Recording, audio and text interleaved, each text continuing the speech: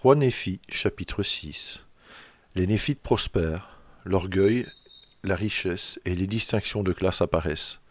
L'Église est déchirée par les dissensions. Satan conduit le peuple à une rébellion ouverte. Beaucoup de prophètes appellent au repentir et sont tués. Leurs assassins conspirent pour s'emparer du gouvernement, vers 26-30 après Jésus-Christ.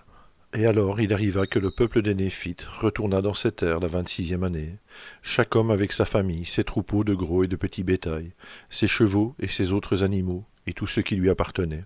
Et il arriva qu'ils n'avaient pas mangé toutes leurs provisions. C'est pourquoi ils prirent avec eux tout ce qu'ils n'avaient pas dévoré, de tous leurs grains, de toute espèce, et leur or et leur argent, et toutes leurs choses précieuses. Et ils retournèrent dans leurs terres et leurs possessions, tant au nord qu'au sud, tant au pays situé du côté du nord qu'au pays situé du côté du sud. Et ils accordèrent aux brigands qui avaient conclu l'alliance de respecter la paix du pays, qui désiraient rester lamanites, des terres, selon leur nombre, afin qu'ils eussent, grâce à leur travail, de quoi subsister, et ainsi ils firent régner la paix dans tout le pays. Et ils recommencèrent à prospérer et à devenir grands. Et les 26e et 27e années passèrent, et il y eut un grand ordre dans le pays, et ils avaient établi leurs lois selon l'équité et la justice.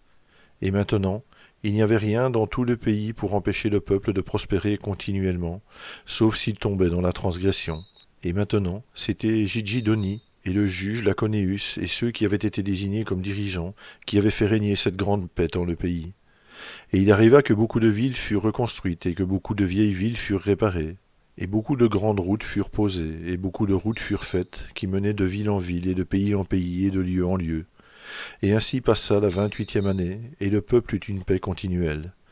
Mais il arriva que la 29e année, il commença à y avoir des disputes parmi le peuple, et certains étaient enflés jusqu'à l'orgueil, et à la vantardise à cause de leur richesse extrêmement grande, oui, jusqu'à se livrer à de grandes persécutions.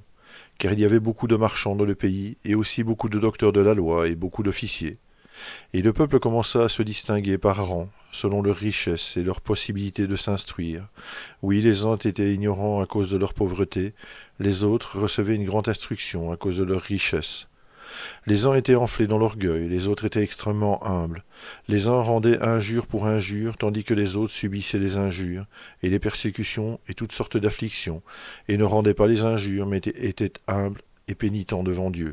Et ainsi, il se produisit une grande inégalité dans tout le pays, de sorte que l'Église commença à se fragmenter.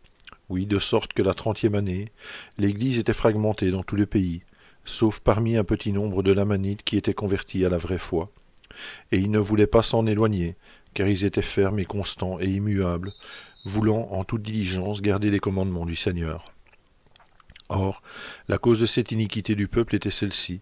Satan avait un grand pouvoir au point d'exciter le peuple à commettre toutes sortes d'iniquités et de l'enfler d'orgueil, le tentant à rechercher le pouvoir et l'autorité et la richesse et les choses vaines du monde. Et ainsi Satan entraîna le cœur du peuple à commettre toutes sortes d'iniquités, c'est pourquoi il n'avait joui de la paix qu'un petit nombre d'années.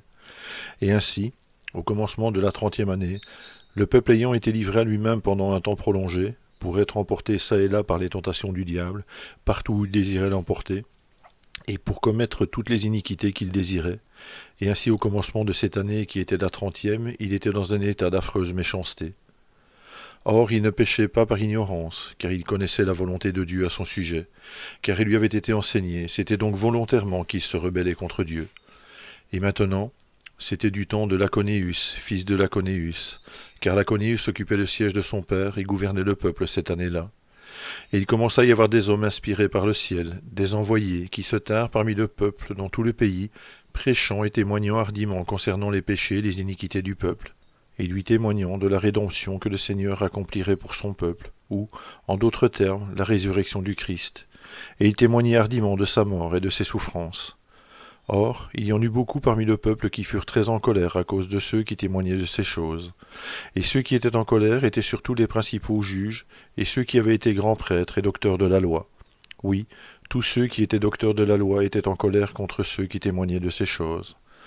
Or, il n'y avait aucun docteur de la loi, ni juge, ni grand prêtre, qui pouvait avoir le pouvoir de condamner quelqu'un à mort, si sa condamnation n'était pas signée par le gouverneur du pays.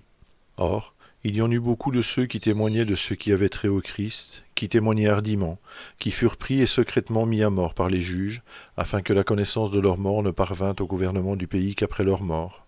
Or, voici, il était contraire aux lois du pays qu'on mit un homme à mort, si on n'en avait pas reçu le pouvoir du gouverneur du pays.